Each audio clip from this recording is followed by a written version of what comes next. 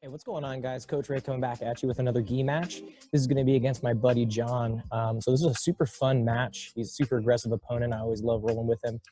So in this particular match, we do go the distance. There's not a submission, and there is actually a referee's decision. So you're going to get to see who the referee chose at the end of the video.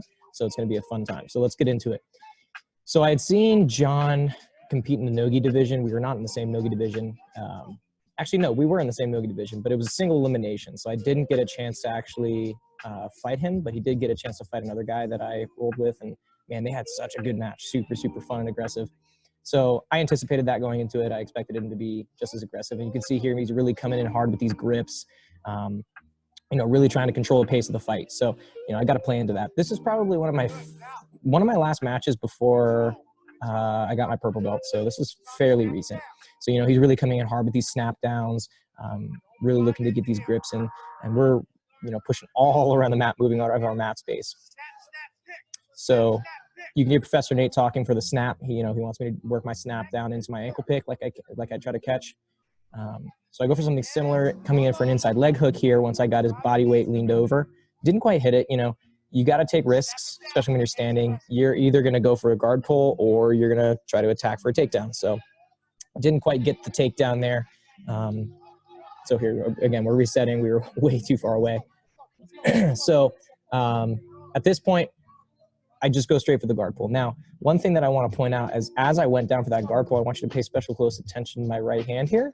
I noticed that both of his lapels are open, and I strategically try to open lapels when I'm standing up on the feet or just engaging in general because I want to be able to use that as a secondary handle.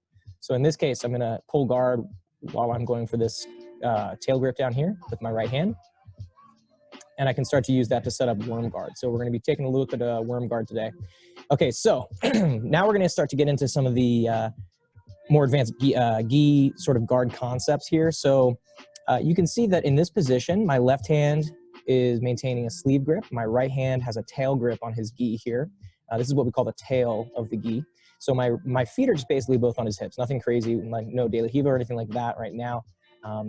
Notice head is off the mat, making sure I'm on the lower, smaller back, just trying to keep as much leverage on him as possible. All right, so just as Coach Nate calls for it, I throw in my de la hiva and I work into a sit-up guard position. And the reason I'm sitting up is so I can transition the lapel from my right hand underneath my own leg and transition it to my left hand grip. And boom. And so now here we are in what's known as the worm guard. So my left hand is holding onto his tail. I've passed the tail underneath my leg and his leg. And now my right leg is basically stuck in between his gi and his body. And my left foot is controlling the distance. This leaves my right hand available to just kind of act like a buffer and a grip fight a little bit.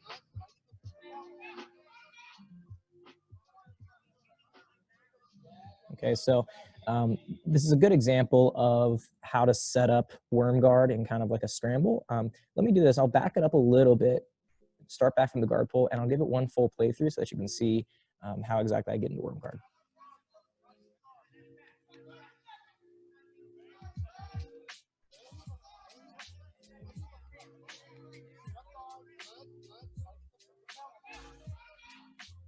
Okay, so worm guard is a super, super difficult guard to pass just because it is really difficult for them to break open the lapel grip that you have on their tail. But John does a really, really good job of just trying to shut this guard down. I'm not sure if he's had experience rolling against people who use worm guard or not, but he just does a really good job of trying to shut down my worm guard. I didn't quite get enough aggression here on the worm guard. I didn't quite use that right leg to stretch out and start to rotate to the back as I would now. He's doing a good job inching his hands up my collar there, as you can see, maintaining his base. And so now you can see he's starting to address the actual foot that's on his hip that's controlling the tail underneath my leg. So see, he's driving his right knee in between my legs. Again, this is not a huge situation, not a huge deal. It's actually very easy to maintain worm guard. But once he starts to drive his weight down, he basically just sprawls out of it, which is a great defense to the worm guard. So now here we are in closed guard, opting for a collar and sleeve myself, and just trying to use my knees to pull him off balance a little bit.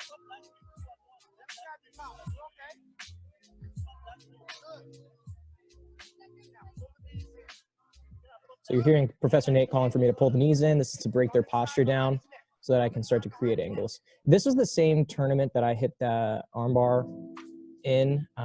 So I know that he saw that match and he was probably already thinking about the armbar. So he was being extra precautious and making sure he wasn't giving up his arms, which is a very good idea. So here I'm climbing up, trying to look for triangles. You see how my hips came off of the mat. When you're trying to be aggressive and attacking in the closed guard, it's all about hip connection to your opponent. So I'm always looking to lift my hips and connect them. And just take a look at that beautiful shoulder walk that I was pulling off there. Just playing. So again, I'm looking to get my hips connected off the floor, connected to him. That way he needs to carry more of my weight, which is going to help expose more of my attacks. Omoplatas, arm bars, cross collar chokes, triangles, you know, the works. Okay, so now we're going to start to move into some more open guard here. So he stands up. I immediately go for feet on the hips, throwing in my left lasso. Didn't quite get the full lock up with the lasso as I wanted to. So look what I did here. I actually created an opening by throwing in kind of like a loose de la Riva. And then as he adjusted and moved to change position to help pass the de la Riva, that allowed me the opportunity to throw in the lasso guard.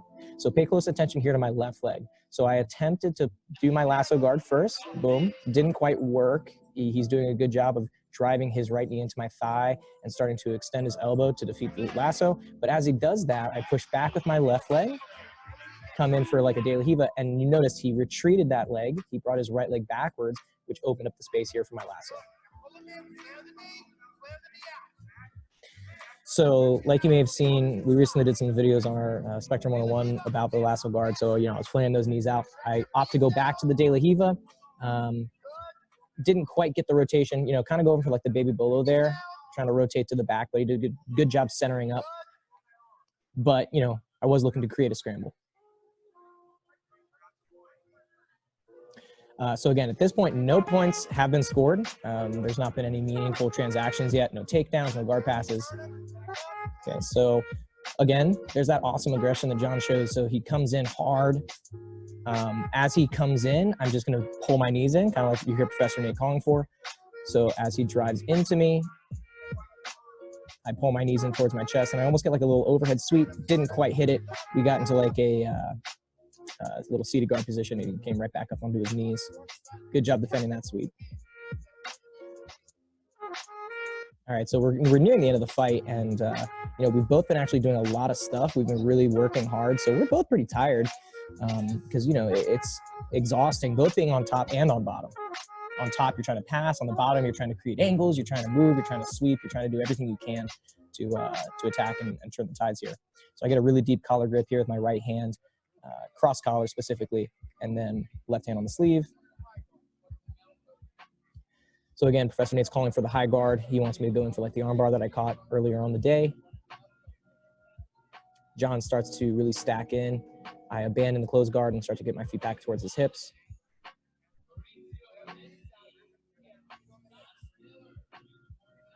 Okay, so now I'm again just trying to look for angles, and here I'm starting to play around with his lapel a little bit more. The lapels are always good because you can just use them kind of like a distraction. You don't even have to necessarily set up worm guard or anything like that. You can literally just use it to kind of get your opponent's mind elsewhere. All right, so now he comes up, and now it's time to really start to work the offense, because now that he's up on his feet, I can start to really rotate underneath him like you saw with that baby bolo attempt there. All right, and now we're going to talk a little bit about that transaction because that's very meaningful for the outcome of this match. Okay, so he pops up. He's starting to pass. I throw in the de la Riva here. As I throw in the de la Riva, I'm reaching, if you can see my right foot here on this side of the screen, excuse me, my left foot right here. It's coming all the way across to his opposite hip. So I'm using that like a lever to help me rotate my body behind him to start to work to attack his back. I should have opted for a belt grip or a pant grip here with my right hand. Left hand's controlling the ankle. My right hand should have abandoned the collar and reached up for either the belts or, again, the pants. Okay, so he does a nice job jumping over my de la Riva leg, and that kind of creates this really quick scramble where I need to invert to re-guard. I get into like this stacked inverted position, and I come in here with almost like a kind of like the matrix sort of position where I'm getting my left foot hooked behind his knee.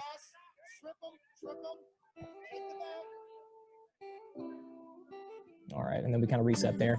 So again, he comes in hard with this pass. I just kind of throw the leg over to defend. would have been a good setup for like a triangle or something, but didn't quite hit that. Again, you know, we're both really, really tired. If you saw what I did here, I use this a lot where I actually take my feet and I hook my feet into my opponent's legs when they're sitting down inside of my, normally my closed guard, and I use that to stretch them out. It works well because it kind of takes their base out from underneath them. You can almost use this into like a butterfly sweep where you take your right foot and hook it under their thigh and use it to elevate and sweep them over.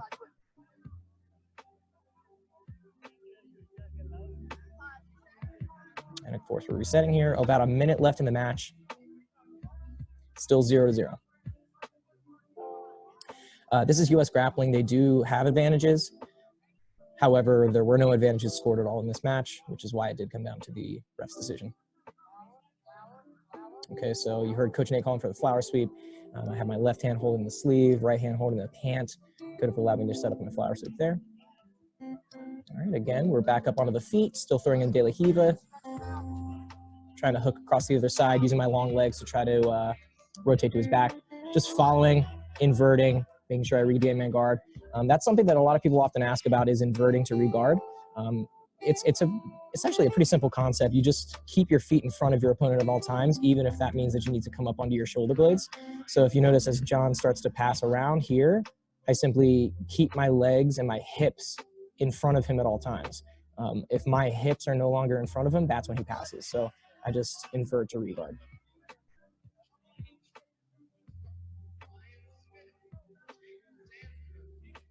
All right, so we're coming up into the end of our match here. There's a couple more exchanges that are important, namely this one right here. Okay, so that was our basic, like an overhead sweep from the collar and sleeve. So as he starts to come up, I have my right hand in his collar, both feet on the hips, and I go straight up for a little elevation. He did a great job, almost cartwheeling out of it to regard, to come back and get back to his base. I didn't quite get enough extension and pulled down with the collar as I should have. I should have been pulling this collar down harder to get his shoulder presented down to the mat. But hey, check out this dude's face back here, man. He's all about it. He's all about it. All right, so didn't quite work. He posts out and regains his base. All right, so it's the end of the fight. He's trying to leg weave here, trying to pass, and finish with a little inversion. I'm not worried. That little leg weave thing, right here, yeah. That little leg weave, man, Big Ray does that to me all the time. I'm not worried about that. I can defend that. All right, so end of the match, super, super fun. Always show respect and good sportsmanship. You know, if you win, if you lose, it doesn't matter as long as you had a good time and you feel like you gave 100%. All right, so, man, poor ref. She honestly had no idea who to call. Her decision was my man John. So it's all good, you know, super, super fun. I really look forward to rolling with John again in the future. But yeah, lots of fun exchanges in that. If you guys have any questions or if you want to see any other specific videos, be sure to let us know. We'll be sure to keep content coming out here for you guys. Again, thanks so much for checking this video out. This is Coach Ray, and hopefully I'll see you on the next one.